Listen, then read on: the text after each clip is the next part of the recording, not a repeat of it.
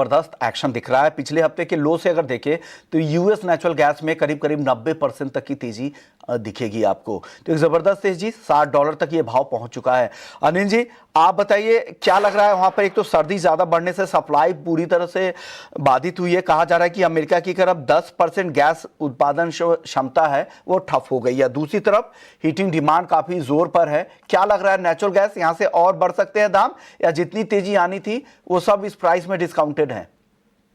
हम लोग अगर फरवरी का कॉन्ट्रैक्ट को कंपेयर करें विद जैन, तो करीब करीब ऑलमोस्ट आई थिंक 40% का डिस्काउंट है, क्योंकि currently the contract is at 339, जो फरवरी का कॉन्ट्रैक्ट है। तो जनरली ये जो वेदर रिलेटेड डिसरप्शंस होते हैं वो they last for a very short time, और एक बहुत बड़ा प्राइस मूव आ चुका है। तो इस करंट प्राइस में तो लॉन्ग साइड एंटर करना नहीं चाहिए। It is better to wait for a dip जो 339 के आसपास है futures. Better to wait for a dip around 320, stop loss 305 के नीचे, और on the upside 340 345। Upside 340 to 345, 320 के नीचे का एक एसएल आप लगाने की बात कर रहे हैं। अजय जी, आपको क्या लगता है इस रैली में यहाँ पर कोई पोजीशन बनाना चाहिए, क्योंकि काफ़ी वॉलेटाइल काउंटर है नेचुरल गैस, क्या करे इस वक्त निवेशक? देखिए, नेचुरल गैस में इतनी बड़ी तेजी खाली पोलर वॉर्टेक्स की वजह से नहीं आई है, क्योंकि जनरली ऐसा नहीं कि ये कोई इवेंट पहली बार आया है। हमने पिछले 10 सालों में काफी टाइम देखा है, कभी भी ये पीरियड में आता ही आता है, उसकी वजह से जंप आता है। सेकंड है, इंपॉर्टेंट है यूरोपियन नेशन का पोजिशनिंग, क्योंकि हम देख रहे हैं 2022 में जो एनर्जी क्राइसिस आया था उसका कारण क्या था? रशिया से सप्लाई नहीं आएगी, इसके लिए शूट अप किया।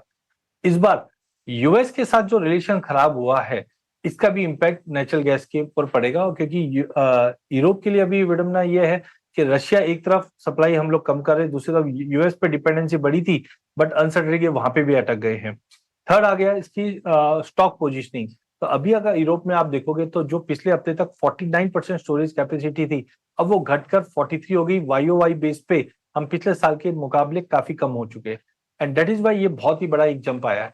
तो ये इमीडिएट में जब तक ये रिलेशन रशिया से या यूएस से सुधरते नहीं है, इकोनॉमी जियोपॉलिटिकल फ्रंट पे सही नहीं होता है, मुझे लगता है ये एलिवेटेड लेवल्स पे रहेगा। हाँ, 2 फरवरी तक पोलर वॉर्टेक्स की वजह से ठंड भी रहेगी, तो एटलीस्ट 2 फरवरी तक मुझे लगता है प्राइजेस स्ट्रांग ही रहेंगे। फरवरी फ्यूचर्स में मुझे लगता है कि 355 तो इमीडिएट लेवल है, पर आई थिंक 380 400 के लेवल भी दिख सकते हैं। बट हाँ, जिस ढंग से ये जंप भी आया है, वॉलिटिलिटी की वजह से फॉल भी उतना ही दिखेगा। बट टाइमिंग 2 फरवरी तक मुझे लगता है काउंटर स्ट्रांग रहेगा, जहां पे 355 तो इमीडिएट टारगेट, बट 380 400 के भी लेवल भी दिख जाएगा। और जो जनवरी और फरवरी के कॉन्ट्रैक्ट का जो ये है स्प्रेड भी है, वो काफ़ी ज़्यादा फर्क काफ़ी ज़्यादा दिख रहा है। फरवरी जहां 340 350 के आसपास है, वही 600 के आसपास जनवरी है, जिसकी एक्सपायरी भी होनी है। तो एक बड़ा गैप यहाँ पर दिख रहा है 27 जनवरी। भाविक, आप बता दीजिए नेचुरल गैस में क्या लग रहा है आपको यहाँ से? नेचुरल गैस में अभी भी मुझे लग रहा है थोड़ी तेजी बाकी है। ये जैसे खीडिया जी ने बताया, इनफैक्ट दिसंबर में अगर यूरोप के इन्वेंट्री देखें तो 69% है, लास्ट वीक 46% और ये वीक 43%। तो इतना एक महीने में इतना शॉर्ट इन्वेंट्री कम होना, जो आई थिंक यूरोप में पैनिक है। और दूसरा, यूरोप जो है अभी कंप्लीटली यूएस के एलएनजी के एक्सपोर्ट के ऊपर ही है, और अभी यूएस में भी 10% प्रोडक्शन हॉल्ट हुआ है फ्रीजिंग की वजह से, और वहां पे भी अभी इन्वेंट्री थोड़ी कम हो रही है। तो आई थिंक ये लग रहा है कि शॉर्ट टर्म में अभी भी जब तक पोलर वोर्टेक्स है तब तक आई थिंक ये तेजी जो है वो कंटिन्यू रह सकती है। आई थिंक फरवरी के बाद शायद हम वापस से करेक्शन देखने को मिल सकता है। तो फरवरी कॉन्ट्रैक्ट अगर 340 के नीचे आता है तो 334 के स्टॉप लॉस से बाय कर सकते हैं। टारगेट ऊपर का अभी भी रख सकते हैं 352 का।